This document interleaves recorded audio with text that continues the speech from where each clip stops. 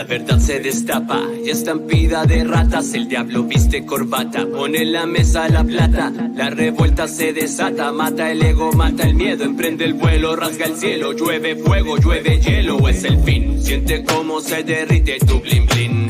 Siente cómo se reúne nuestro mitin. Ey, puños en el alto, surcan el asfalto. La tierra se revuelve, busca un nuevo pacto. Exacto, ajá. Es el último acto, hay un grito salvaje, se derrumba el lenguaje, se agitan las banderas de mar a cordillera, música de las esferas que desploma la quimera.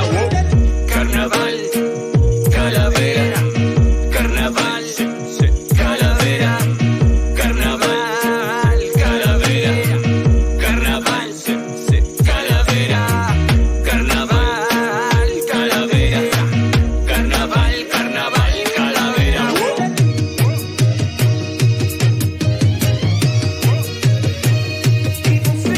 En este momento el sistema violento ya no tiene... Ya, hola a todas y a todos, bienvenidas, bienvenidos a esta nueva entrega del programa Saltar el Torniquete. Estamos muy contentos en el equipo. Tuvimos una muy buena recepción del programa de análisis de elecciones. Y bueno, como siempre les solicito que en la medida de sus posibilidades se conecten a las redes del programa Saltar el Torniquete.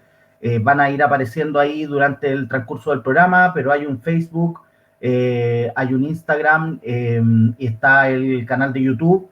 Es muy importante para el equipo de Saltar el Torniquete que ustedes nos puedan apoyar, porque en la medida que somos más grandes la comunidad pasan dos cosas. Por una parte, obviamente, el mensaje que queremos dar o compartir se amplía y podemos llegar a más personas, y por otra parte, también muy importante, mientras más grande sea la comunidad de Saltar el Torniquete, es mucho más atractivo para las compañeras y compañeros poder venir a compartir sus reflexiones y sus experiencias acá.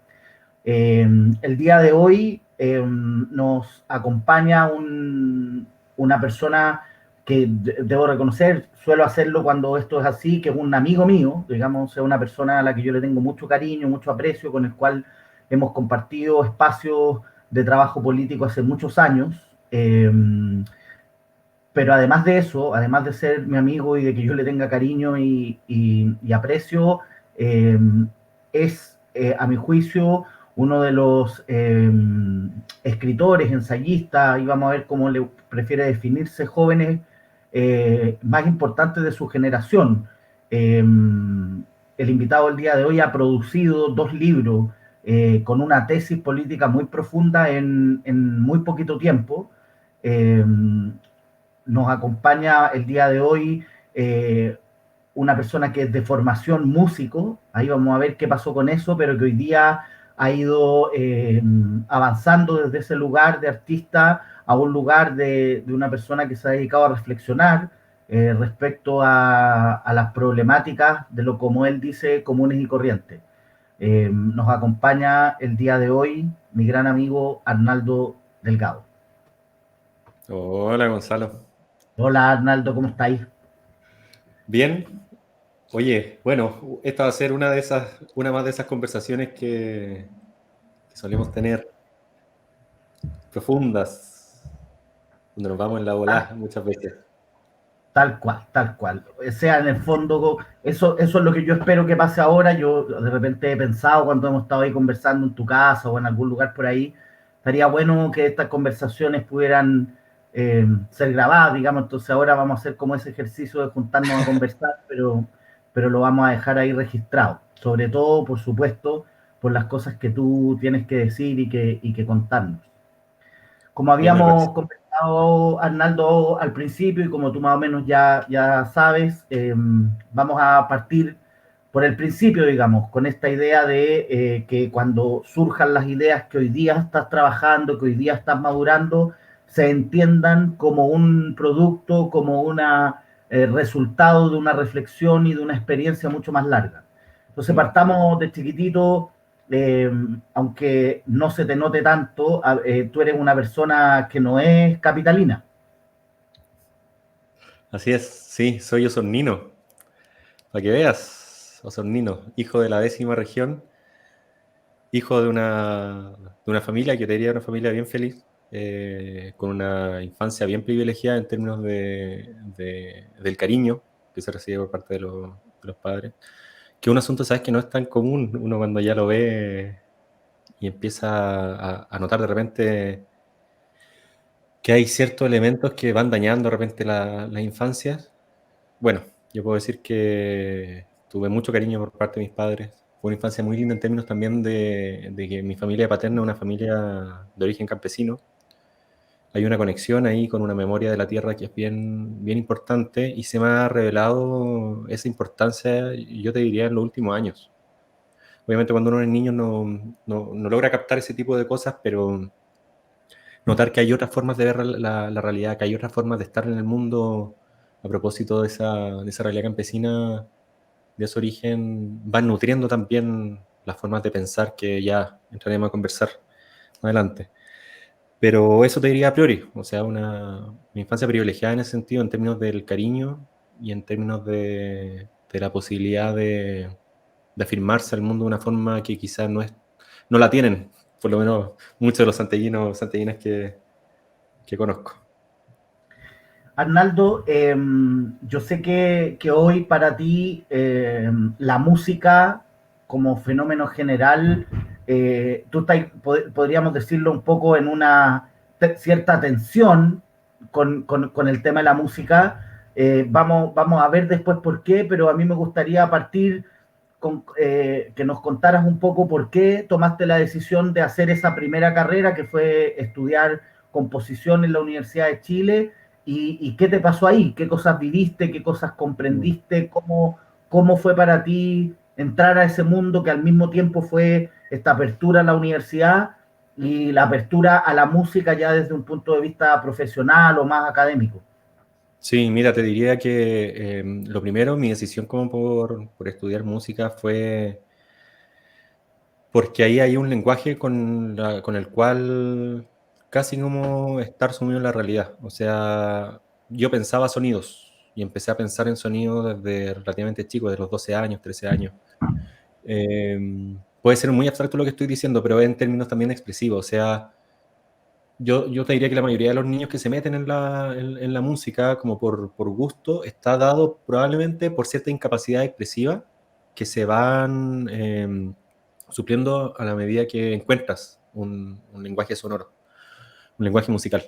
Entonces ahí empezó el gusto por la música, cierta incapacidad expresiva que se veía de cierta manera solucionada a través del lenguaje musical y a través de la creación sobre todo. Postulé al conservatorio de la Chile. Le digo conservatorio, pese a que hoy día no se llama conservatorio, sí funciona como un conservatorio de música porque estudié composición de música clásica y encontré en ese paso por la carrera el desarrollo del pensamiento abstracto a través del sonido. Y eso creo que no es menor. El cómo ir organizando ideas sonoras a propósito de la composición, cuestión que me fue súper relevante después cuando derivé al camino de la filosofía, se me hizo muy natural el camino y creo que tener esa formación, aunque parezca rara, se puede entender como una preparación en términos de pensamiento abstracto, primeramente a través de sonidos, pero te formas con la capacidad de organizar esa abstracción. Y ese entrenamiento me fue extremadamente relevante para lo que vino después. O sea, yo no sé si la formación de licenciatura en filosofía te puede brindar eso. Yo creo que no. Probablemente te brinda conocimiento de clásicos, pasar como por la historia de la filosofía, pero el trabajo creativo y el trabajo de organizar ideas y de componerlas, ponerlas en relación y derivar de ahí a un resultado, creo que fue algo que adquirí en el conservatorio. Es muy extraño, se lo decía el otro día a un profesor del conservatorio. Le decía, estudié composición para dedicarme después al pensamiento filosófico. Eso derivó en eso. Entonces, sí, fue muy rico ese paso. Solamente quiero terminar con una parte la idea. Fue súper importante para mí haber pasado por la Universidad de Chile.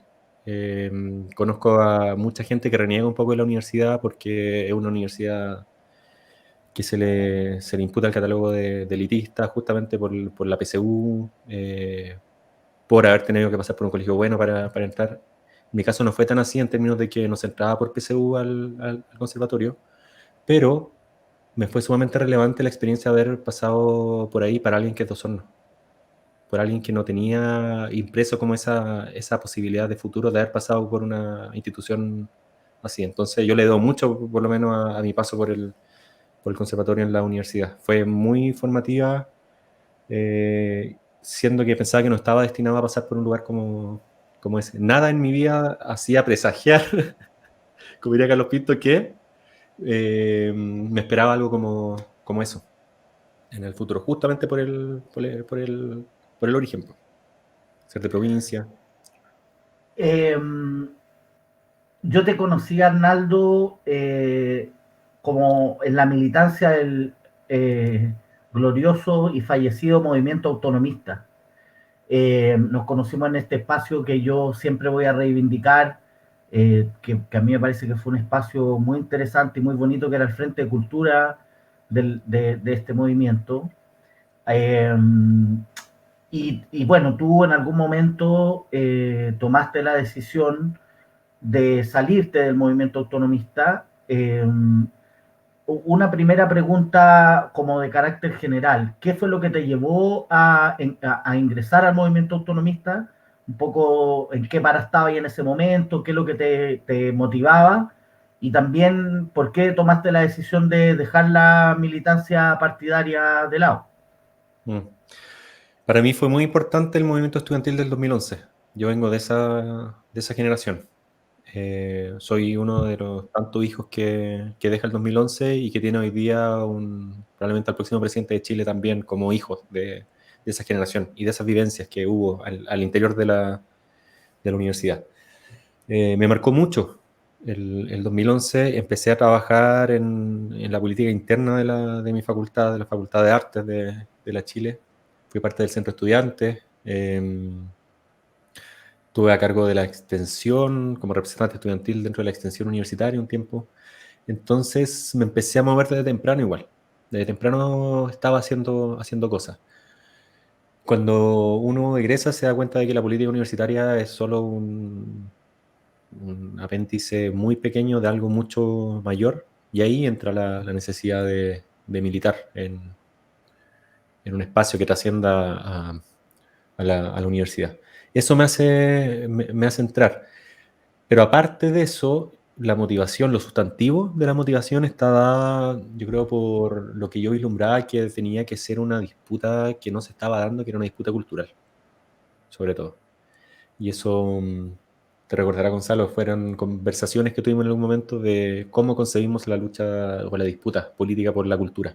O se consigue solamente como un asunto relativo a las artes o relativo a los trabajadores de la cultura para mejorar las condiciones laborales, o buscamos intervenir en las formas en que se establecen las relaciones sensibles, las relaciones creativas, las relaciones expresivas de los comunes y corrientes. Entonces esa era la motivación sustantiva que estaba detrás de la militancia, y encontraba en el movimiento autonomista, por lo menos, un ideario que iba o que hacía fértil el poder trabajar en esa dirección. Ahora, ¿por qué me llegué a salir del movimiento autonomista? Y esto tiene que ver con un análisis político que hice en el momento. Yo me salí cuando fueron un par de meses después de que fueron las elecciones del 2017, cuando se llevó a Beatriz Sánchez de candidata. Yo recuerdo que a la interna del movimiento se proyectaba que con 10 diputados electos del Frente Amplio ya era un éxito. Y de pronto el Frente Amplio se encuentra con 20. Entonces mi decisión de salida tiene que ver con la administración de esas 20 diputaciones. ¿Por qué? Porque resulta que apenas fueron las elecciones, nosotros en el Frente de Cultura estábamos, y en el Frente de Cultura del Frente Amplio, estábamos empezando a realizar asambleas con colectivos comunitarios y populares que se veían interpretados por el llamado de transformación. Como por ejemplo, Arnaldo, para tener una referencia. No, en general no tengo nombres porque son organizaciones relativamente pequeñas que hacen un trabajo muy importante, pero a nivel muy, muy local. Pero recuerdo que el del orden de 20 organizaciones estaban en esas primeras asambleas. O sea, mucha Ya, gente, 60, 70, 80 personas en esas primeras asambleas. Entonces, ocurre que el Frente Amplio, al tener una estructura política que era muy endeble, deja de ponerle interés a quienes estábamos tratando de construir una suerte de polea entre el trabajo parlamentario y estas organizaciones que se sentían llamadas o convocadas o interpretadas por el Frente Amplio en ese momento. Y toda la energía se empieza a destinar a dar soporte político al ejercicio de las 20 diputaciones. Entonces hay una especie de desplazamiento de cuáles son las prioridades. Y ojo que esto no lo digo en términos de decir como, oye, que lata que haya, como de impugnar a quienes estaban en la Mesa Nacional de Frente Amplio y que se fueron en ese sentido, sino porque creo que no pudo haber sido de otra forma. Llego casi a esa conclusión de decir cómo se soporta el ejercicio 20 de 20 parlamentarios. Eso me pasó. Entonces vi que no había posibilidad de construcción hacia abajo, que es lo que yo creo fundamental dentro de un proceso de transformación social, y que todo se estaba yendo hacia arriba, digamos. Sin duda hay una decisión política ahí. Hay una decisión política en haber desplegado una voluntad y un esfuerzo hacia la política parlamentaria, pero mi retirada no fue en ningún caso como impugnando a que casi por maldad se direccionó todo exclusivamente a un asunto y se descuidó el otro, sino que fue por incapacidades, finalmente. Por incapacidad y por tener una estructura que era muy endeble en ese momento. Entonces ahí decidí salir de la militancia activa.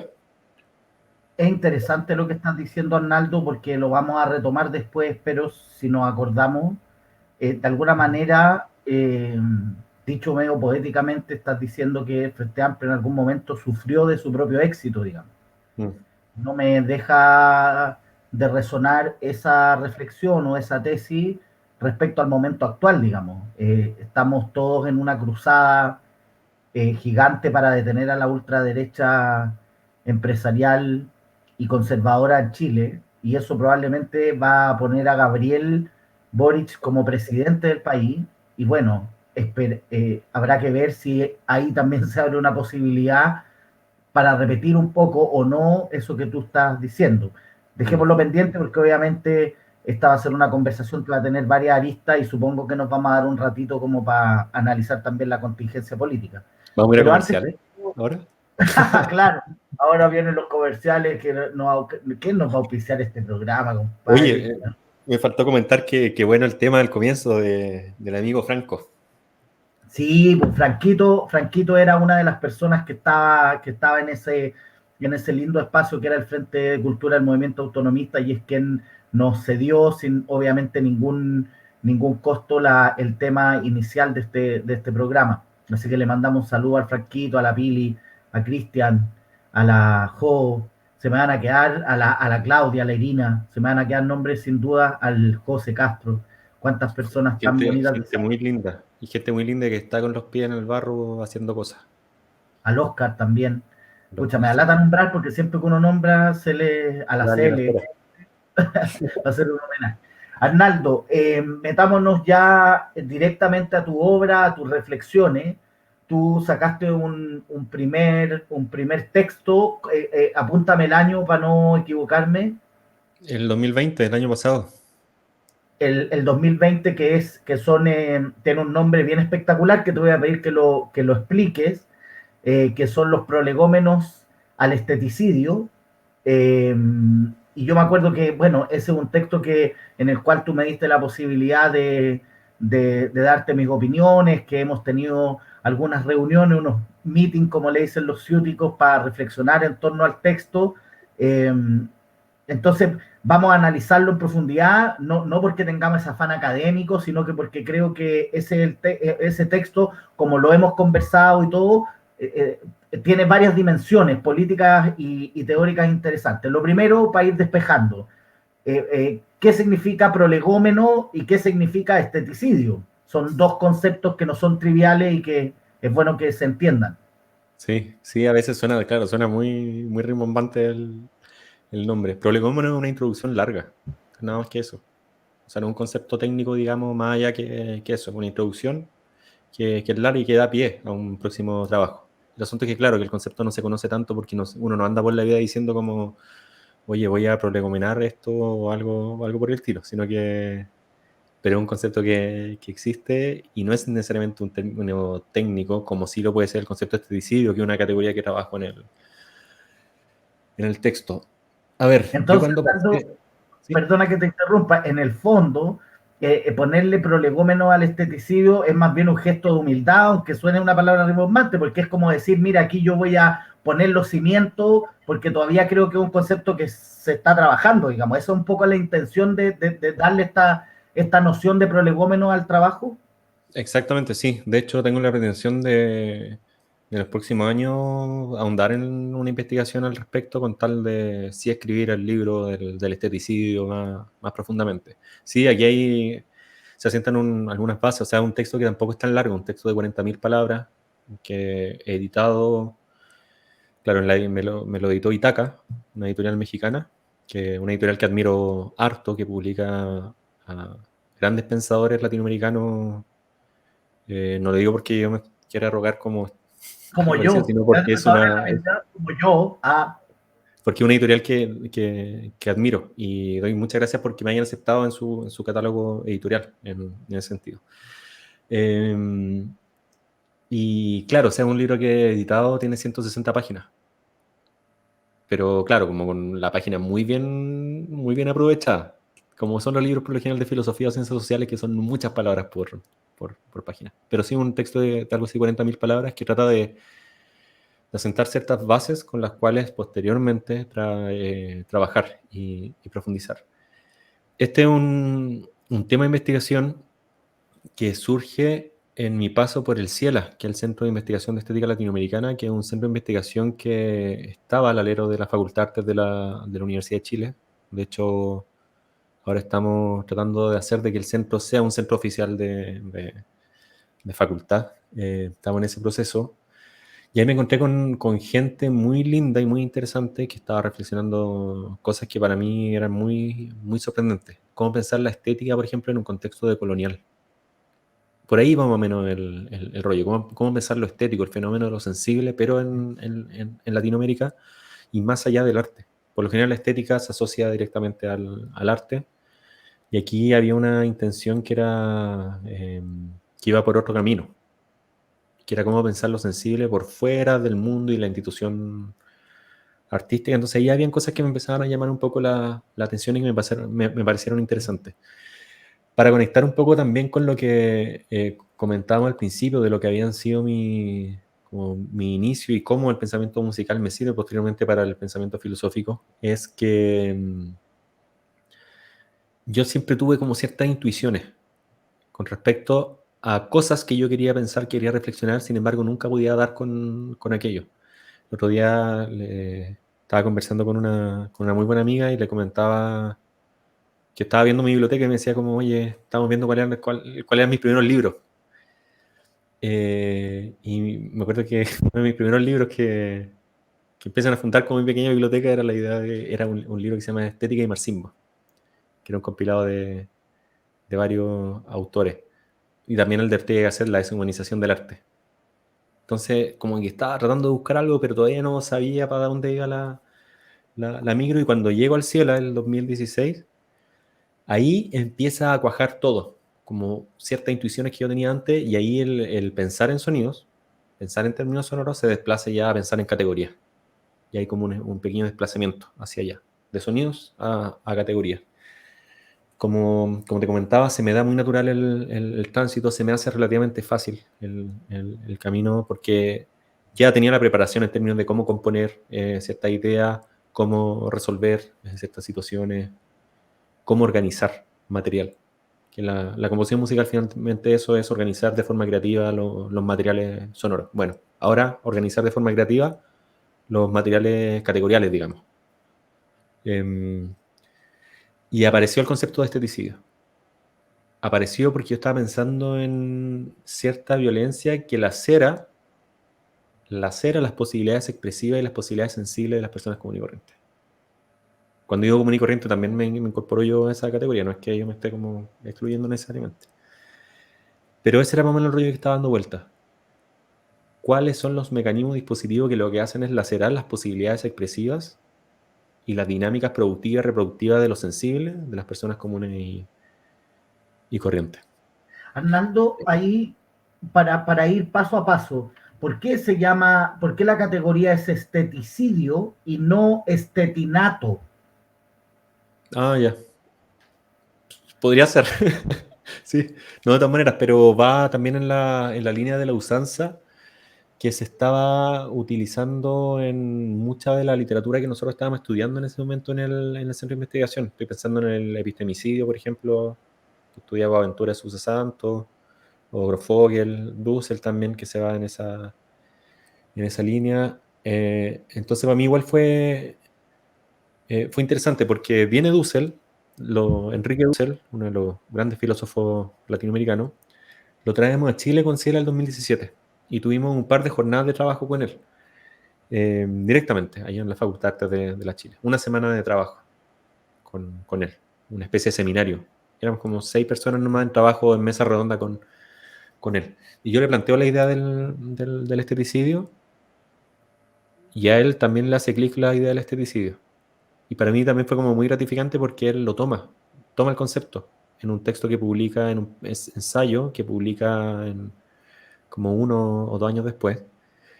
Entonces hubo un intercambio ahí de ideas que hacen que yo pueda organizar mucho mejor esta idea del esteticidad y empezar a darle cuerpo. Y así se empieza a articular el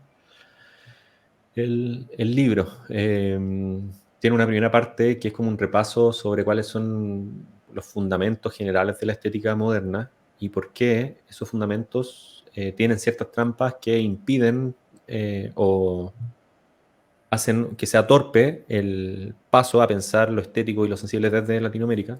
Entonces hay un repaso como por qué ciertos fundamentos de la estética moderna no son tan útiles para pensar lo sensible en Latinoamérica. Un segundo capítulo que es mi propuesta de marco categorial, donde paso por categorías de la filosofía de la liberación y también de ciertas perspectivas marxistas latinoamericanas, como son los trabajos de Bolívar Echeverría, de Enrique Dussel, de Rodolfo Kuch, que son parte de mis filósofos de cabecera, digamos. Entonces, segundo capítulo, un entramado categorial. Un tercer capítulo que probablemente es el capítulo menos desarrollado en términos que es el que se relaciona directamente con el título, el esteticidio, ciertas aproximaciones al esteticidio capitalista, patriarcal, colonial, y que es el capítulo en el cual hay que profundizar más. Yo creo que es el capítulo que justifica el nombre del libro, que sea prolegómeno. Y un cuarto capítulo que tiene que ver ya directamente con la política, que es proponer una política de lo común sensible. ¿Cómo se llega a lo común sensible? ¿Cuándo se da lo común sensible? Entonces, de eso va más o menos el libro. Es un libro que no es que está pensado en lenguaje filosófico casi, o sea, un libro que está pensado para la filosofía, más que ser un libro como de divulgación de ideas. Tiene como ese fin, entonces, claro, es un libro que es difícil de leer, digamos, en ese sentido, pero tiene una articulación de sentido súper clara de principio a fin, tiene una trayectoria, digamos, el libro en ese sentido. Arnaldo, una de las intenciones que tenemos en este programa desde el momento que partimos es hablar en fácil. Este es un programa que está precisamente pensado para las personas comunes y corrientes. No nos interesa participar de un ámbito académico, sino que este es un programa de divulgación y que pretende acercar la política en el sentido más amplio. También la estética política, también el arte político, es decir, pensar la categoría política como relacional en el sentido amplio a la gente común y corriente. Entonces, como este es un tema difícil, sobre todo porque cuando uno habla de estética, hay una apropiación de esa categoría que está muy asociada a las galerías de arte, la curatoría y en el fondo el arte y sobre todo un arte muy, digamos, entramado, ¿cierto?, en una élite cultural. Y también, por otro lado, está esta idea de estética en el sentido de lo bello, ¿no? Lo estético es aquello que se acerca a una cierta belleza que también... Entonces, vamos por parte. Lo primero que me gustaría pedirte, si es posible, evidentemente, es que tú nos des un ejemplo o en el fondo un relato de cómo opera el esteticidio de manera concreta en las vidas de las personas comunes y corrientes. Ya. Sí, por ejemplo, si lo pensamos en términos de colonialidad, de colonialismo, el que las naciones asuman el arte como la institución para participar dentro de una especie de higiene general de lo bello, de lo sensible. Es decir, el arte empieza a ser como, en términos sensibles o de sensibilidades, como el objeto más valorado, y hay otros objetos que empiezan a ser menos valorados porque no cumplen con ciertas características de lo que se espera a nivel metropolitano, por ejemplo. Entonces, el hecho mismo de que haya una élite artística ya es expresión un poco esteticida en términos de que empieza a ponderar como ciertas sensibilidades más válidas que otras. Ciertas manifestaciones culturales son más aceptables que otras y ahí hay una operación esteticida en términos de ponderar, como de rankear, de hacer un ranking de qué sensibilidades son más valoradas y qué otras sensibilidades son menos valoradas. Podríamos hablar también en términos del capitalismo, lo que produce el capitalismo a nivel sensible, lo que produce, por ejemplo, que finalmente nos afirmemos sensiblemente al mundo hoy día a través de ciertas canciones en particular, a través de ciertas series que casi nos bombardean y que van haciendo que nuestras sensibilidades se vayan también como conformando de forma que trasciende a nuestras propias voluntades. Entonces se va perdiendo autonomía en la producción de las sensibilidades comunitarias. Ahí te puse unos ejemplos como específicos de cómo va operando la dinámica esteticida. Para ir explicando esas cosas, yo entonces parto en el segundo capítulo, porque esto es más contenido del tercer capítulo. En el segundo capítulo, ahí armo el marco categorial con el cual se pueden desprender ya las siguientes conclusiones. Podría también, perdón, Arnaldo, usarse tu categoría o tu reflexión para pensar cómo el patriarcado habilita ciertas sensibilidades dependiendo del género.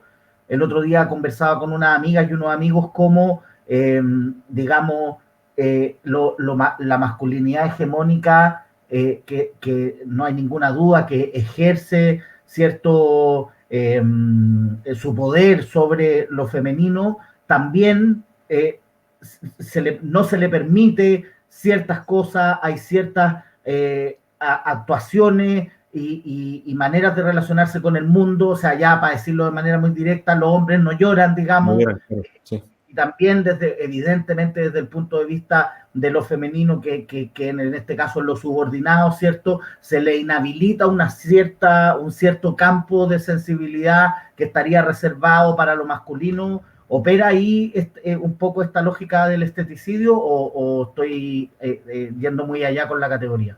No, justamente, o sea, en lo concreto se manifiestan ese tipo de cosas. Tú lo expresaste súper bien y no es necesario que ahonden en ello porque es un ejemplo muy claro de ciertas dinámicas esteticidas que están dadas por un binarismo de género muy, muy marcado y que adosa a cierto género cierta dinámica de lo sensible y a otros otra.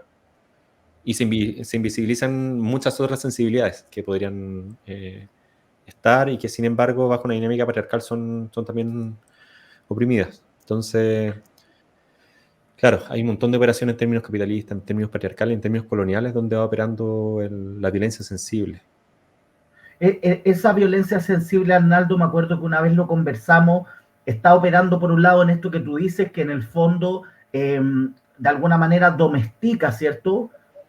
Domestica la sensibilidad y por lo tanto, como tú, muy bonita esa palabra, lacera a aquellas, domestica a través de la laceración, ¿no? A través de la violencia.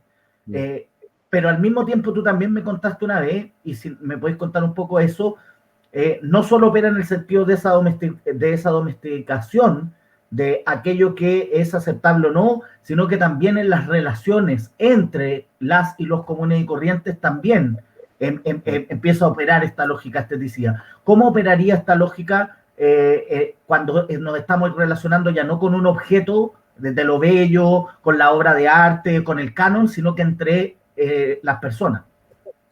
Sí, es que para mí eso es fundamental porque justamente una de las críticas por lo general a la estética es que se fija mucho en los objetos, se fija mucho en las cosas, en lo que se puede desprender, en lo que sensiblemente se puede desprender de las cosas, pero no se le pone atención a lo que está anterior a la producción de objetos, que son las relaciones sensibles que se producen entre personas.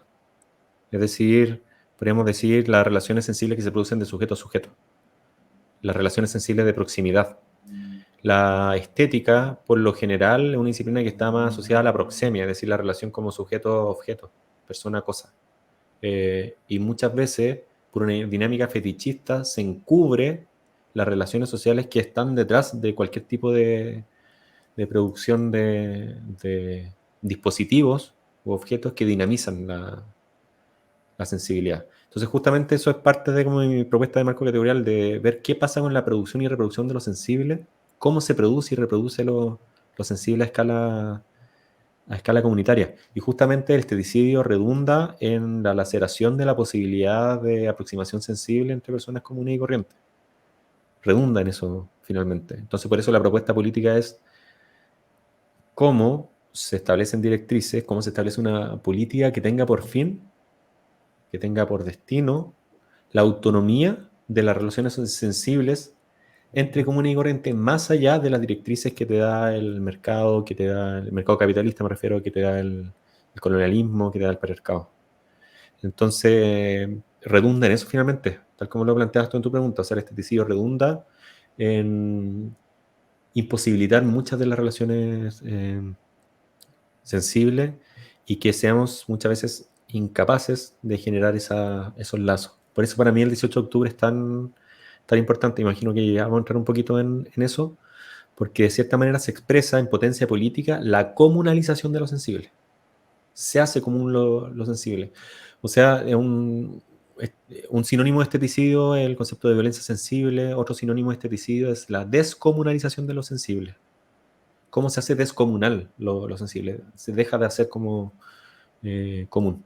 Y de repente hay ciertos momentos políticos en que lo sensible se comunaliza, se hace común. Y ahí aparecen ciertas expresiones en las calles, aparece la fiesta popular. Para mí la fiesta es un asunto sumamente importante. Yo creo que la complejidad sensible latinoamericana, y que voy a decir algo igual como delicado quizás, la complejidad sensible latinoamericana no puede ser llanamente objetivada en la obra de arte, si pensamos en la obra de arte como la institucionalidad artística, sino que hay otras vías también donde se va llevando a cabo la sensibilidad comunitaria, y la fiesta para mí es una cuestión súper importante para analizar. Y muchas veces la fiesta no entra en la posibilidad de los estudios de la estética por considerarse una cuestión como no digna de pasar por un centro de estudio como con esas pretensiones. Para mí una pensadora muy, muy importante es Katia Mandoki, que es una pensadora, filósofa y artista mexicana con la cual tuve la oportunidad de conversar en México en algún momento. Y lo que hace Mandoki es pensar la estética de lo cotidiano. De hecho, dice una frase muy bella en algún momento que es como, ¿cómo pensar aquellos olores, aquellos sabores, aquellos colores que son menospreciados por la academia y la academia que estudia la estética, porque esta academia está como con la nariz respingada estudiando otras cosas que le son más importantes? Entonces eso me interesa, la estética, por eso el subtítulo es hacia una estética de lo común. Por ahí va la idea, cómo pensar la conjunción entre los conceptos de lo sensible y también lo común, porque creo que se desprende ahí una posibilidad política que es bien importante. Vamos a pasar ahora, Arnaldo, bueno, abordando tu segundo trabajo, que en el fondo es un texto que a mi juicio es extremadamente valioso y pedagógico, como que casi yo diría, compren ahora, si tuviéramos, digamos, algún auspiciador, compre ahora para la Navidad, si quiere un regalo útil, bueno, regale el abecedario, el abecedario de la revuelta de Arnaldo. Eh, Primero, así súper breve, explica de qué se trata el libro y de ahí nos vamos metiendo en su contenido. El abecedario para octubre son 27 microensayos, en rigor son 26. El 27 es como una colita que está ahí. Pero son 26 microensayos sobre la revuelta y que fueron escribiéndose al fragor de lo que estaba pasando. Por cada letra del abecedario yo escojo una palabra y en función de esa palabra escribo un ensayo. Entonces partimos por ejemplo con la A de asambleas, B de barricadas, C de ciudadanía, D de democracia, E de Estado, F de fiesta, G de guerra, H de humor y así sucesivamente. Eh, F de fiesta, H de humor. Me gustaría quizá comentar un poco eso porque eso me da pie para hablar de lo que yo creo que es la categoría que más estoy trabajando, que es la categoría de lo común y corriente. Que ahí me tiene un rollo que es más o menos profundo en torno a qué constituye el actor de la transformación y lo comprendo de una perspectiva más ontológica que económica. Pero Ya, es que así se va articulando el libro. eh, esa, yo creo que esta parte de la conversación hay dos dimensiones que vamos a tener que ir componiendo ahí, porque por una parte, claro, tú escoges un fenómeno contingente y con una potencia empírica muy fuerte, que es la revuelta social, ¿verdad? Mm. Pero hace una trampa en el buen sentido, que es tomar ese acontecimiento, ese hecho social, para una reflexión de carácter categorial, digamos. O sea, esto Mm. no es un libro de comentar los hechos, no es un libro histórico, sino un libro propiamente filosófico. Entonces tiene esas dos dimensiones. Y me interesa saber tu opinión de las dos cosas, es decir, qué pasó ahí, pero por otra parte, lo otro. Entonces, partamos por esto, que es una pregunta que yo creo que habilita harto la conversación. Una de las cosas que tú has estado pensando de manera muy obsesiva es lo que uno podría llamar, en términos de la tradición, la categoría pueblo. O, Mm. mirado desde otro punto de vista, la constitución o cuáles son las características o de qué modo se constituye el sujeto político eh, oprimido, de abajo, subalterno, hay tantas categorías para eso. Entonces, te voy a poner dos cositas sobre la mesa, Arnaldo, para que tú hagas tu reflexión, pero uno podría decir, ese sujeto político se pensó en la peor tradición del marxismo como una cuestión puramente mecánica, es decir, Mm. el obrero, trabajador industrial, en tanto vende su fuerza de trabajo, es el sujeto de la revolución, ¿cierto? Y hoy, y frente a ese mecanismo burdo del marxismo soviético, en mi opinión, que eso no está en Marx, aparecieron unos pensadores de la posmodernidad a decir algo completamente contrario, que es, en realidad, eso no es cierto, porque eso es un esencialismo, y se llega a la máxima deriva, que es la close move, en esta Mm. idea de populismo, y en el fondo que eso no existe más que como una acumulación de relatos, como una cuestión de sentido lingüístico, que hay unos significantes vacíos y en realidad no hay ninguna sustantividad en eso. Y mi opinión es que tú estás haciendo un esfuerzo por decir una respuesta, una salida a esa dicotomía que es o somos porque trabajamos o en realidad no hay nada más que puro relato. Entonces, Mm. ya, con todo eso, dale. Ya. Ya aquí me meto ya de lleno con los contenidos que quería más comentar aquí en esta conversación. justamente me metí harto en pensar cómo se puede pensar pueblo. ¿Qué entendemos cuando se piensa pueblo? Porque muchas veces es un concepto tan polisémico que guarda muchas trampas al momento de leer la realidad, cuando lo que más necesitamos es tener cada vez más afinadas las herramientas con las cuales interpretamos el momento que estamos viviendo. Entonces muchas veces la misma categoría clase, al momento de pensar en política, se va como por ciertos derroteros, de repente vienen, claro, ciertos autores posmo que empiezan a hablar más de movimientos sociales, sin embargo, entran en ciertos claustros epistémicos que también muchas veces despojan el concepto de una riqueza que podría tener. Después se llega a los populismos tipo Laclau o Mouffe. A mí el concepto que me da como un pequeño puntapié para empezar a pensar en la categoría pueblo es Dussel y su filosofía, ahí particularmente. Sin embargo, creo que tiene un techo esa forma de pensar lo popular. Dussel lo piensa al alero de Gramsci y de Fidel Castro también. Sin embargo, yo empiezo a profundizar un poquito más, casi en una dimensión ontológica. Y para eso un autor que me ayuda harto es Rodolfo Kuch, que es un filósofo argentino del año 60-70, que es muy importante, así que recomiendo que lo lean. América Profunda es uno de sus textos emblemáticos, América Profunda.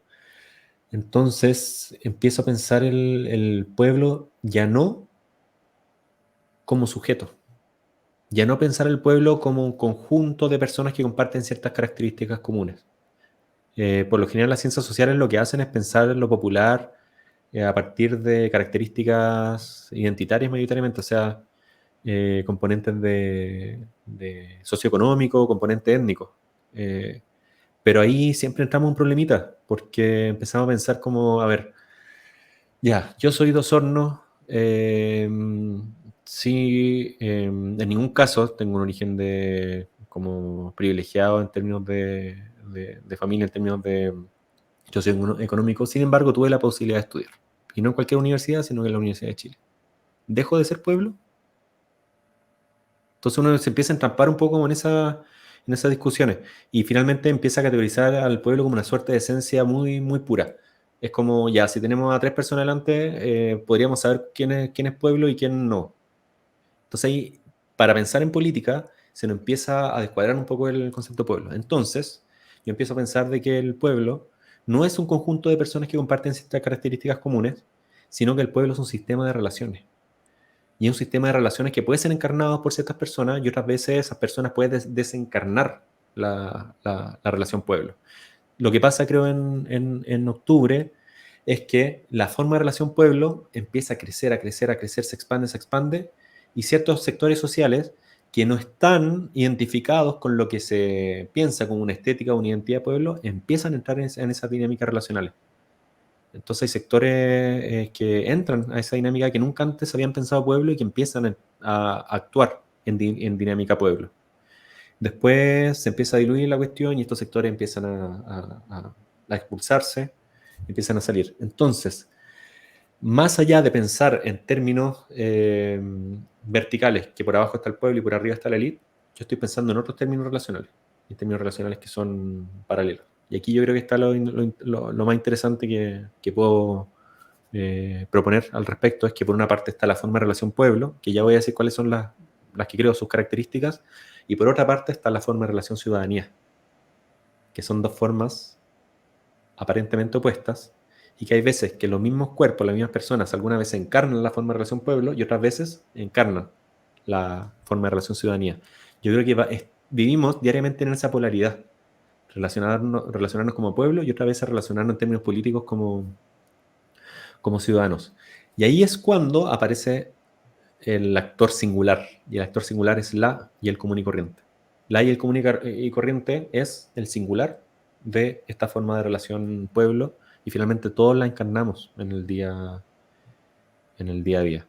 La forma de relación pueblo parte de la indiferenciación, parte de la indistinción. Somos indistintos cuando articulamos o corporizamos esa forma de relación pueblo.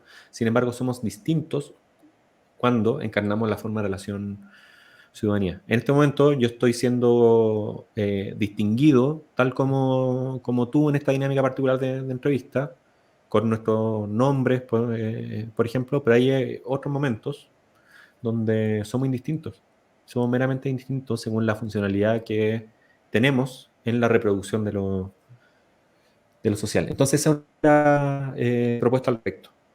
El pueblo es una forma de relación y no es un conjunto de personas con características comunes, es una forma de relación. ¿Qué características tiene esa forma de relación?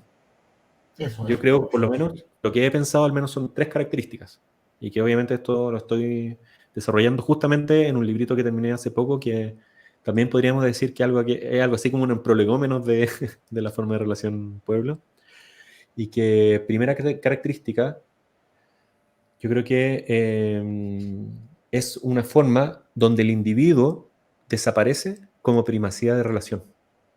Es decir, no somos individuos en esa forma relacional.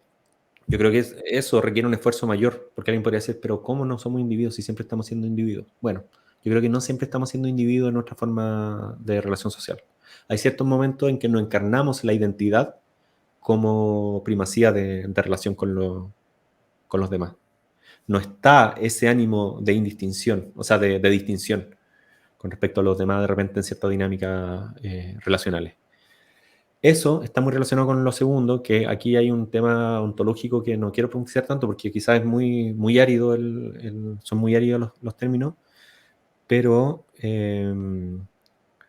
pasa que el estar en común, el estar compartido, se pone por sobre la intención del ser individual, del ser individuo, de ser una identidad. Es decir, el proyecto personal queda en segundo plano frente al proyecto. Ojo al concepto que estoy ocupando.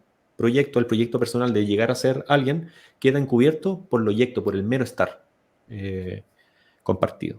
Y en nuestras vidas y en nuestro día a día sí hay momentos en que se reluce el mero estar por sobre el ser individuo. Y un tercer término que caracterizaría la forma de relación pueblo, creo yo, es que en términos reproductivos de lo social, el valor de uso se pone por sobre la forma del valor del capital. Yo creo que esas son 3 características que están dadas en la forma de relación pueblo, y creo que en Latinoamérica se viven con particular, se vislumbran esas formas relacionales. No por nada, Bolívar Echeverría diría que estamos viviendo una modernidad barroca y que Latinoamérica es barroca justamente porque hay dinámicas del estar que siguen perdurando y que no fueron subsumidas por las pretensiones de la modernidad hegemónica. Entonces yo creo que ese tipo de cosas van diagramando la forma de relación pueblo. Por otra parte, la forma de relación ciudadanía parte de todo lo contrario. La forma de relación ciudadana parte de la distinción y sobre todo de la regulación, de la normativización de las propiedades individuales que entran en juego con propiedades otras. Entonces ahí entra la dinámica del derecho, por ejemplo. Sin embargo, como digo, nosotros no somos puramente o pueblo o ciudadanía, sino que siempre estamos en esa polaridad en todos los días en nuestras relaciones sociales. Por eso yo creo que lo que pasa en octubre es que emerge el pueblo, porque emerge una forma de relacionalidad que es distinta y que pone en suspensión el Estado de Derecho, por ejemplo. Aunque sea por un ratito, pero lo suspende. Por eso ahí el juego de palabras. Plaza Italia es al espacio ciudadano lo que dignidad es el espacio del pueblo, porque emerge otra forma relacional, aunque sea por un ratito, que se vislumbre como en máxima plenitud, pero aparecen otras formas relacionales. Arnaldo,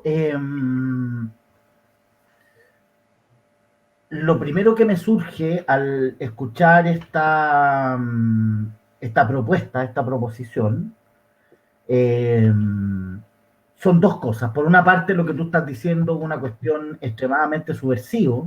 Hasta ahora nosotros no hemos tenido mucho miedo de que nos vayan a cerrar el canal y todo, pero no, ahora tampoco tengo miedo, pero es muy subversiva la idea de que aquello que pareciera ser el sujeto de la política de derechos sociales, o sea, Atria, sacúdete en tu cripta, digamos, porque él precisamente cree que toda la política de izquierda se tiene que anclar en la idea de ciudadanía y la ampliación de la idea de ciudadanía, y eso yo diría que está en toda la política, digamos, de la socialdemocracia, del liberal igualitarismo, del horizonte progresista, ¿no? Y tú lo que estás diciendo es precisamente esa es un modo de estar en el mundo, de ser en el mundo, que es el que deberíamos intentar superar para pasar a ser esto otro. Eso por un lado.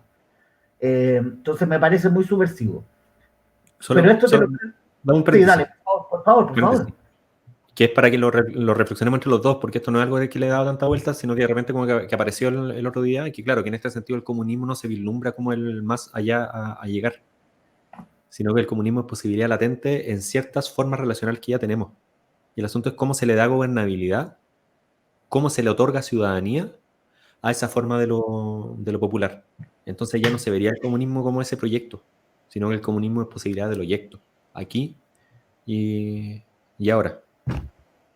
Ya. Dale con Ahí, lo segundo. qué bacán que digas eso, Arnaldo, porque habilita precisamente la pregunta que yo te voy a hacer, porque tú eres mi amigo, yo te quiero, tú lo sabes, pero aquí no estamos para hacerle publicidad a las personas que invitamos, sino que para reflexionar. Entonces, y estas también son conversaciones que hemos tenido, entonces yo te lo voy a preguntar de manera muy política, porque esa es la idea de este programa, pues no teórica.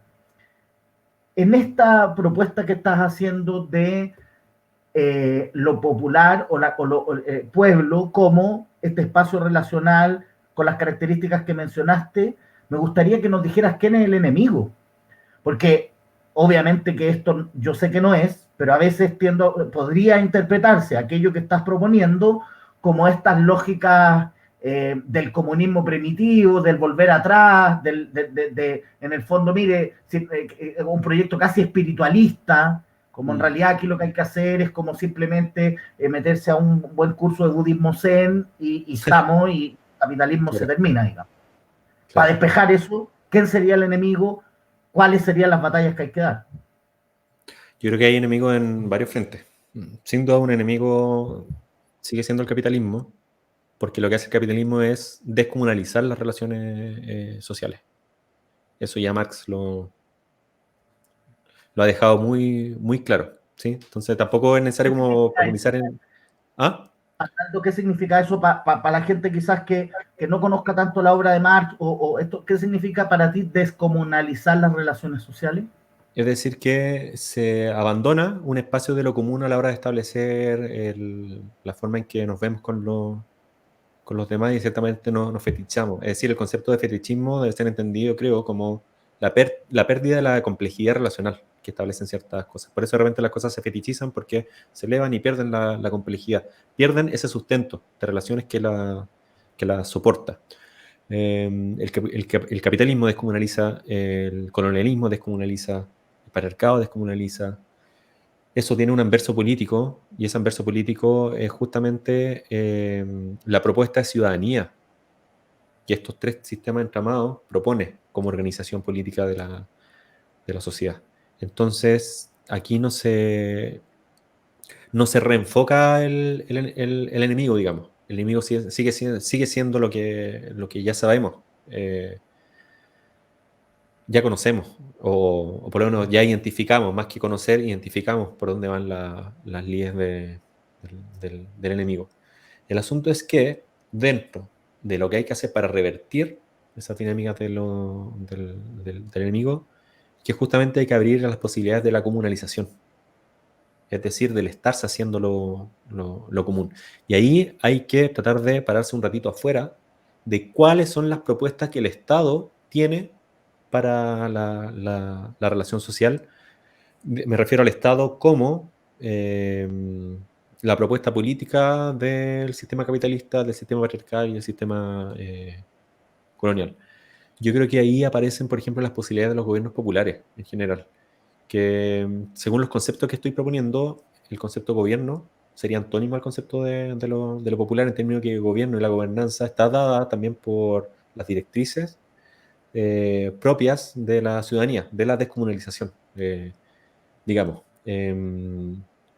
Por lo tanto, un gobierno popular no trata de articular relaciones anteriores, como pretéritas, primitivas, sino que trata de articular un gobierno popular las relaciones sociales que siguen latentes y que son las propias de lo popular. Por eso digo, por una parte nos articulamos como pueblo y por otra parte nos articulamos como ciudadanía. Bueno, la modernidad capitalista lo que ha hecho es tratar de encubrir las relaciones populares para higienizarlas de acuerdo a lo que propone a su propuesta, que sería relacionarlo solamente en términos de ciudadanos, es decir, en términos de propietarios, que transan sus propiedades tanto como objetuales o subjetuales a través de la jurisdicción. Pero, si uno estudia un poco la historia latinoamericana, sabe de que las dinámicas propias de la higiene de la élite, de las higienes políticas de la élite, que lo que quiere hacer es que nos organicemos solamente en función al Estado, digamos, uno ve que nunca logran absolutizar las formas relacionales. Entonces hay formas relacionales que siguen estando a pesar de la existencia del Estado. Entonces yo creo que el gobierno popular lo que hace es justamente no encubrir las dinámicas de lo popular, no tratar de higienizarlas en función a su propuesta de los ciudadanos, sino que los ciudadanos se articulen y se diagramen en función a las dinámicas de lo popular. Hoy día conocemos dinámicas ciudadanas que son completamente opuestas a las populares. Chile ha sido eso, es una ciudadanía que trata de encubrir lo popular, pero lo que se trata es de hacer de que esta tensión se haga vivible, de que esa tensión se pueda viabilizar y no se vuelva antagonista. Yo creo que nunca se va a poder complementar por completo, pero sí se puede hacer que traten de ser un poco paralelas, sin tener como esos grados de conflicto que vemos actualmente. Por eso, cuando la ciudadanía no da abasto, que es lo que ha pasado en Chile en las últimas décadas, cuando la ciudadanía no da abasto para regular las condiciones de vida de las personas comunes y corrientes, aparece la relacionalidad popular como en una potencia que viene a zamarrear un poco los términos de lo que está dado. Entonces, para sintetizar, yo creo que iría por ahí más o menos una propuesta de respuesta a lo que tú estás, lo que me estáis consultando. El enemigo, sí, el enemigo sigue siendo lo mismo que conocemos, y una posible salida sería pensar el gobierno popular para que sea la forma de relación pueblo la que articule los términos de los ciudadanos y no la ciudadanía propuesta por la élite, esa ciudadanía higiénica que tienen la élite, es que yo vi un video la otra vez, yo ya estaba como al tanto de quién era Johannes Kaiser antes de la polémica, lo seguía a veces en sus canales de YouTube justamente para ver cómo estaban pensando, y claro, la élite va a Barrio Meix y se tapa la nariz, no pueden, se indignan cuando ven suciedad en las calles, cuando ven rayados, cuando ven este tipo de cosas. Pero las relaciones populares no pueden ser calificadas ni buenas como malas. Las relaciones populares están siendo, no pueden ser moralizadas en términos de si son buenas o malas. Entonces ahí hay un ejemplo de cómo la élite va a ciertos sectores donde la relación popular se ve con más intensidad y lo único que quieren es barrer con todo, pues barrer, limpiar. Nos quieren mandar a lavar, mandar a lavar. Pero sí les interesa eso. Poniéndole más pelo a la sopa, te quiero preguntar lo siguiente, porque una de las dimensiones en las cuales se podría pensar esto que tú estás planteando, también es una lógica un poco esencialista y optimista, vale decir, mire, en realidad la relación pueblo es una relación originaria pura y es la encarnación de Dios en la tierra, y eso se va echando a perder, por decirlo de algún modo, por los distintos sistemas de opresión y explotación. Yo no sé si es eso, creo que no. Por lo tanto, para ponerte en tensión esto a través de un hecho concreto, yo no sé si tú cacháis esta emergencia de músicos y de personas que hacen música popular, Marcianeque, Pablo Chile, Polima West Coast, qué sé yo, Pailita, todo en general, todos los artistas que ha invitado Julio César Rodríguez a la Junta, ¿no? Y que cuando uno mira ese fenómeno, no puede negar que surge desde los sectores más oprimidos, más pobres de nuestro país, digamos. Esta es pura gente de la población. Sin embargo, cuando emerge esto, emerge con unas lógicas extremadamente capitalistas. O sea, lo primero que hace Marcianeque cuando le empieza a vivir bien es comprarse una camioneta Porsche. Y eso nosotros lo estamos observando hoy en Chile y por eso nos choca. Entonces, a toda esta élite de la izquierda de whisky dice, no, es que eso nosotros no lo queremos porque es patriarcal, porque es violento, porque no sé qué, porque está cercano a las drogas, qué sé yo. Pero cuando eso está pasando en Centroamérica y en vez de ser Marcianeque es, qué sé yo, Daddy Yankee, o en vez de ser Pailita, que es un cabro de Punta Arena, es, no me sé los nombres, Ozuna, no tengo idea, eso les parece estupendo, ¿no? Entonces, la pregunta que te quiero hacer es, ¿cómo explicarías tú este tipo de fenómenos donde lo pobre, lo de abajo, lo marginal, cuando emerge con las mismas lógicas que en teoría estamos tratando de combatir? Oye, es que aquí se me viene lo polémico, po. Porque según la propuesta de categoría pueblo que estoy tratando, Marcianeque deja de ser pueblo cuando empieza a ser identidad.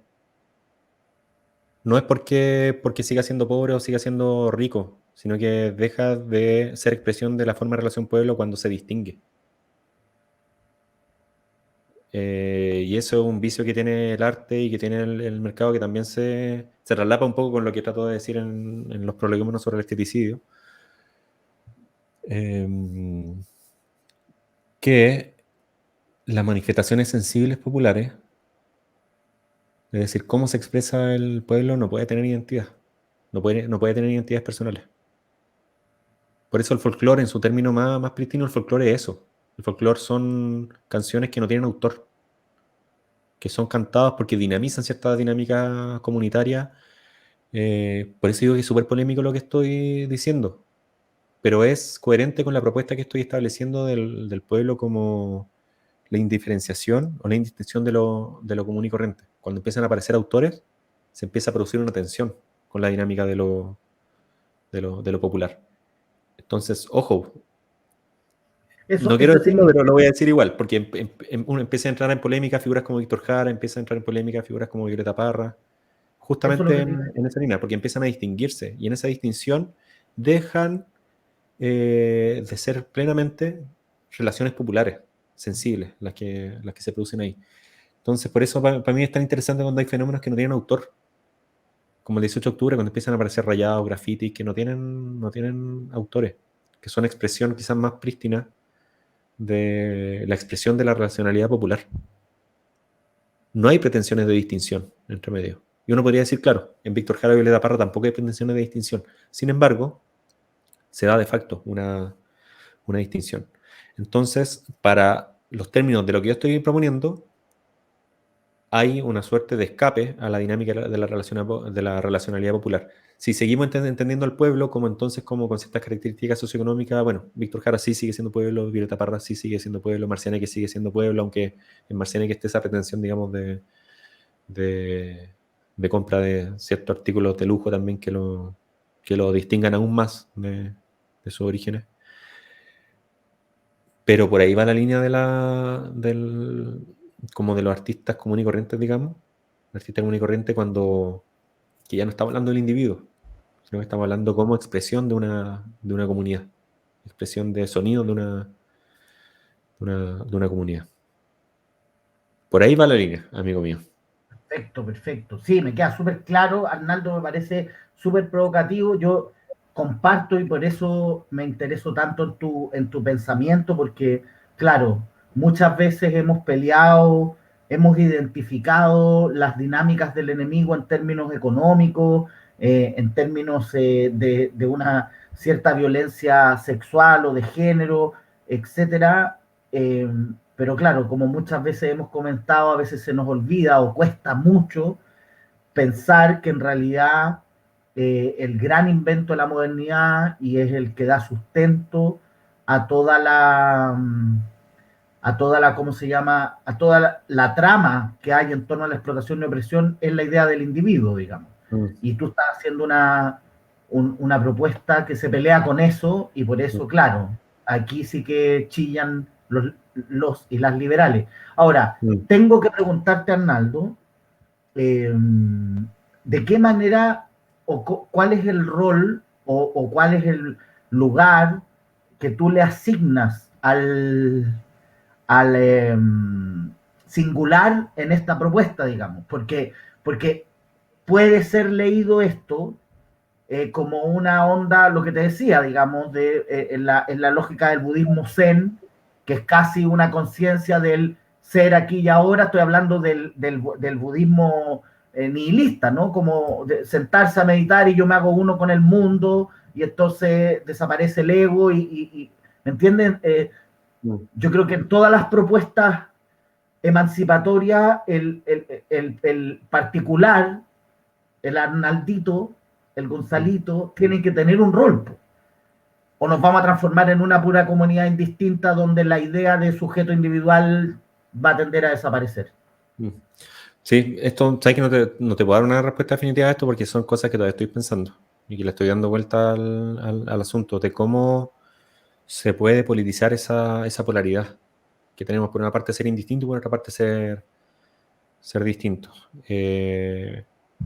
Ningún caso es algo que tenga reflexionado así como, porque ya me encontré con algo muy grande como con lo que te he planteado hasta ahora. Ahí hay una fuente como muy grande como de apertura de cosas, se estabilizan ciertas categorías con las cuales tradicionalmente se piensa el cambio. Entonces, en esa apertura de esto como tan grande que se me abre, todavía siguen habiendo muchas preguntas. Y esa pregunta que tú estás haciendo es una pregunta también que en ningún caso está esbozada aún la respuesta. Así que te la dejo ahí. Como que recibo la pelota de la pregunta porque es algo que todavía le estoy dando vuelta y en ningún caso está cerrado eso. Estupendo. Así que te invito también a que lo pienses tú también, como a darle una vuelta. Tengo una idea, no te la voy a decir ahora porque estoy en el rol de la persona que entrevista, pero tendremos espacio para conversarlo. Con toda esta... Mira, yo, Arnaldo, te lo digo no porque seas mi amigo, sino que porque de verdad lo pienso. Esta es la manera en que a mí me gusta pensar lo político. Es decir, después de haber hecho, no significa que cada vez que uno se va a sentar con una amiga o con un amigo o un grupo a conversar política tiene que estar 1 hora 20 poniendo las categorías. Pero sí, en este contexto, con todo lo que tú has presentado y expresado y propuesto, te voy a hacer una pregunta contingente. He visto yo, esto es la premisa, que una vez terminada la primera vuelta, se ha activado un campo popular en el sentido tradicional que excede radicalmente a Prodignidad. Desde Jorge Sharp en Valparaíso y sus 500.000 votos, las compañeras de 8M, estoy hablando de gente que estoy convencido que en primera vuelta no votó por Gabriel Boric, porque en el fondo porque ha sido crítica. Yo me imagino que incluso tú mismo, que has sido crítico de ciertas dinámicas del Frente Amplio, probablemente en primera vuelta no eras un fanático de Gabriel, pero cuando surge este monstruo, cuando surge, el mal mismo, ¿no? El demonio del candidato de la ultraderecha empresarial y conservadora, este mundo, esta racionalidad popular se activa. Entonces, en ese escenario, si tú compartes un poco ese diagnóstico, o sea, yo he visto cuestiones masivas y populares que no pasaban antes en la primera vuelta, donde va Gabriel y parece Fidel Castro, parece, aunque no le guste, ¿no? Parece Maduro en su mejor momento, o sea, perdón, parece el comandante de Venezuela, Chávez, en su mejor momento, qué sé yo, aunque a él le va a cargar que diga esto, pero en el sentido de lo masivo, de la gente le expresa cariño. Ya, entonces, si eso es cierto, la pregunta que te quiero hacer es, ¿cómo ves tú el futuro de eso? Porque de alguna manera uno podría pensar, hay una reminiscencia de la fuerza que se expresa en la revuelta social, que no se compró el proyecto Apruebo Dignidad, pero que está dispuesta nuevamente a salir a las calles para parar la amenaza fascista. Pero el miedo que yo tengo, y eso te lo pongo sobre la mesa, esa es la pregunta, que una vez que Gabriel haya ganado la elección, si es que la gana, bueno, hasta aquí llegó su pega, muchas gracias, que les vaya bien, y ahora nosotros gobernamos. Y que ocurra una dinámica, digamos, medio similar a lo que pasó el 89-90 en Chile, digamos. Todo un pueblo que sacó al dictador con barricadas en todo Chile, con activado, y después se termine relatando que al dictador se le sacó con un lápiz y un papel. Sí. Y está difícil lo que estáis planteando. Yo creo que está súper difícil en términos de cómo pensar qué se podría venir para adelante, porque, claro, en el Chile del 86, del plebiscito del 88, todavía había esperanza en la política. Todavía había una posibilidad de construcción de representación. Yo creo que la crisis de representación es muy grande hoy día. Lo digo de repente ahí en el abecedario, que se produce una contradicción entre presencia popular y su representación. Ahí hay una contradicción porque asistimos a un sistema político que es pura representación, pero sin presencia popular, que es el sistema político chileno, es la clase política. Ahí hay representación, pero sin presencia. En octubre aparece la presencia popular, pero sin la capacidad de articular una representación propia. Entonces se produce ahí una contradicción que da cuenta de la crisis de representación, y yo creo que va a durar un tiempo esa crisis de representación. Va a durar unos buenos años, creo yo. Pero sí me parece súper interesante el fenómeno que se ha dado con Gabriel Boric después de la primera vuelta. Hay una especie de movilización y de disputa comunicacional que trasciende a las líneas que pudo siquiera pensar el mismo comando. Cuando empiezan a aparecer los memes, aparecen a aparecer los violines, los stickers de WhatsApp, etcétera. Entonces, hay algo que se activó, hay una tecla que se activó ahí que me parece muy, muy interesante, donde se ven ciertas dinámicas de lo popular, de la relacionalidad popular también. Por ejemplo, no hay autores ni de stickers ni de WhatsApp. Hay una suerte de expulsión expresiva y creativa que va más allá de la pretensión de distinción de quienes elaboran esos como objetos que dinamizan la sensibilidad, esos memes, esos stickers, esos violines, esos chayanes que aparecieron por ahí. Yo no sé cómo, que yo creo que a donde atienden tu pregunta, no sé cómo se transforma eso en militancia en este contexto. Porque está siendo de facto una especie de militancia desinteresada, pero cuando haya que organizarla, cuando haya que articularla, no sé qué va a pasar con esa militancia, porque seguimos asistiendo a una crisis de representación, una crisis de representatividad. Es decir, los violines no aparecen ni los memes no aparecen porque del comando se haya establecido la política comunicacional de decirle a los adherentes que hicieran estas cosas, sino que fue una cuestión espontánea que aparece. Entonces, de cierta manera, como que lo popular, en ese sentido, que es un sentido muy pequeño todavía, que no da para disputar poder completamente, pero en un sentido pequeño aparece la dinámica de lo popular que, como que absorbe al comando, con los desborda completamente. Yo estoy completamente de acuerdo con tu lectura. De hecho, a mí me parece que es muy interesante si uno tiene el corazón abierto y los ojos bien abiertos y la oreja y los sentidos, cómo cuando en general esta política, digamos, institucional, levanta a las y los expertos, que yo no estoy diciendo que no sean necesarios, pero como si fuera toda la política tuviera que ver con quién es más inteligente, quién tiene más capacidad, y esa capacidad se muestra porque los doctorados que ha hecho, para qué organismos internacionales sirvió, y de repente aparece esta racionalidad popular que tú dices que a lo menos en términos de creatividad, o sea, tú le podrías haber contratado a la agencia al Guatón Correa y 5 agencias más y no hubieran tenido capacidad de producir una estética y una lógica de comunicación política tan potente como la que ha aparecido. Lo que te iba a preguntar es lo siguiente. La propuesta política que deviene de esta idea de lo común, de esta estética, de esta posibilidad de ser este pueblo, es una propuesta que necesariamente niega la representación política? Yo creo que no la Yo creo niega, que no la niega, pero pero sí sí estoy escuchando con un eco, estoy ¿no? escuchando con un eco, ¿no? No sé, yo no. ¿No? Ah, ya. ¿No? Ah, ya. Sí, sí, Sí, pero sí, pero no la niega, pero ahí hay una dificultad justamente en cómo la presencia, el estar siendo del pueblo se articula con su ausencia, es cuando viene la representación. Es decir, la representación aparece cuando no se está presente. Por eso, yo cuando no estoy presente en las deliberaciones colectivas, le endoso la responsabilidad al representante, porque el representante está en mi ausencia, digamos. No niego la posibilidad de la representación política, pero sí esa representación siempre va a ser tensa. Va a ser tensa.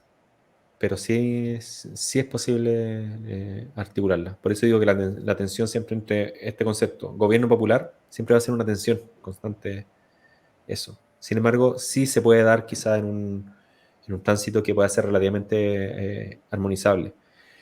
Todos los gobiernos populares tienen que vérselas creativamente con esa tensión. Tienen que vérselas creativamente. Tienen que ver cómo la presencia se vuelve preponderante. Cómo es la presencia la que le da los fundamentos y los lineamientos a la representación. Por ahí va la línea. Yo creo que, claro, Latinoamérica ha sido eso muchas veces. O sea, el siglo progresista, el denominado siglo progresista en Latinoamérica ha sido esa tensión constante. Por eso yo miro como con los ojos de admiración el proceso boliviano también, que encabezó Evo Morales y Álvaro García Linera, justamente por tratar de hacer armonizable de cierta manera la relacionalidad ciudadana con la relacionalidad popular. Es decir, amplios sectores sociales que estaban imposibilitados de relacionarse en tantos ciudadanos y que estaban en una dinámica mayoritariamente popular, de pronto entran a la dinámica ciudadana, pero sin que esa dinámica ciudadana signifique renegar de la dinámica de lo popular. Y ahí hay un desafío en cómo se nutre la dinámica popular en Chile, cómo se hace que esas dinámicas relacionales se puedan politizar a tal nivel de tener una representación y llegar a ser gobierno. Y ahí uno puede pensar, no sé, desde el municipalismo, desde cómo los municipios pueden tener un rol más preponderante dentro de la articulación del Estado, por ejemplo, cómo se van articulando ciertos espacios territoriales que puedan deliberar, tal como son las comunas, por ejemplo, en Venezuela, que son estos espacios articulados, colectivos, que dialogan con el Estado, sin embargo no son soportados por el propio Estado, pero están en ese diálogo constante con él sin tratar de generar una tensión que los ponga en conflicto. Entonces no es como una o la otra, sino que son una relación que tiene que buscar creativamente un paralelismo de no agresión, digamos. Y Súper que, interesante. solo esto, y que tengan siempre el fundamento.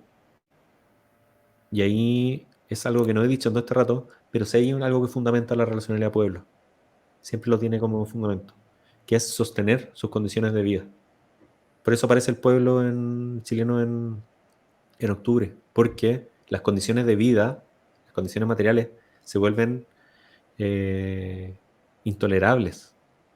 Y tiene que emerger el pueblo para tratar de marcar nuevos lineamientos para la articulación de los ciudadanos. Por eso pide una asamblea constituyente el pueblo chileno. Por eso pide descentralismo, por ejemplo.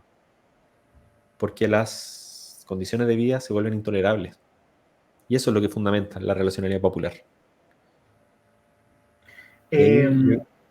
Sí. Surge una pregunta, Arnaldo, o un poco una contradicción que no sé cómo lo ves tú, porque yo, igual que tú, sobre todo con el proceso del MAS en Bolivia, soy un admirador, digamos, es decir, sin idealizar, sin decir, mira, yo tengo una fórmula que en abstracto sería la manera en la cual hay que dar la lucha, viendo lo real, a mí me parece que lo que se ha hecho en Bolivia es lo mejor que yo he visto, digamos. Sin embargo, en este ciclo, como tú dijiste, de progresismo latinoamericano, están en general, digamos, en el caso del comandante Chávez en Venezuela, de Evo Morales en Brasil, de alguna manera Lula, Dilma en Brasil, perdón, en Bolivia, Morales, en Argentina, Kirchner, o sea, todos estos procesos que tú estás caracterizando y que yo comparto, que tienen un componente popular, eso súper tensionado con la super figura de representación que es el caudillo. ¿Por qué? Sí. ¿O cómo ves tú eso? Y que ahí empieza a aparecer la figura del populismo también, pues, que han planteado ciertos autores. Yo creo que hay que tener siempre en cuenta que cuando aparece la figura del caudillo es porque hay una suerte de distinción que lo hace escindirse de la relacionalidad popular, de la relacionalidad del común y corriente, porque el caudillo deja de ser un común y corriente, evidentemente, pero justamente por la penetración que tiene la dinámica ciudadana y estatal en la forma en que organizamos lo social, esa figura distinguida, esa figura que se distingue de los comunes y corrientes, tiene que estar por debajo del común y corriente. ¿A qué me refiero por debajo? A que tiene que mandar obedeciendo, como diría ese lema zapatista que también se ocupa en Bolivia. Mandar obedeciendo, es decir, se precisa de la figura distinguida, se precisa de la figura de la distinción, se precisa del líder, sin embargo, cobra sentido y va en la dirección de lo popular solamente si manda obedeciendo, solamente si se pone por debajo del mandato popular, efectivamente. Y ahí se empiezan a armonizar estas figuras que son también como antinómicas. Por eso digo, lo distinguido, la distinción. El individuo distinguido tiene que estar completamente armonizado y moverse en las directrices de lo común y corriente, que le da la presencia popular. Súper. Bueno, Arnaldo, después de 1 hora 26 minutos de una conversación hermosa, yo tenía un poco de... A ver, por un lado estaba contento porque me encanta entrevistarte y conversar, y por otro lado tenía un poco de susto de que si iba a ser capaz o íbamos a ser capaces de poner los contenidos y de una manera que eh, la gente común y corriente pudiera disfrutar y le hiciera sentido, ¿no? Y que no nos pusiéramos a hablar uno en difícil y yo creo que eso fue lo que ha ocurrido, así que te agradezco mucho, te dejo obviamente, Arnaldo, si quieres cerrar con algo, con alguna reflexión, eh, antes de despedirnos. Sí, a ver si la puedo hacer cortita porque solo como para hablar un poco de los tiempos que estamos viviendo, yo creo que la revuelta popular significó un estallido de emotividad y de sensibilidades muy diversas que estallaron en distintas direcciones.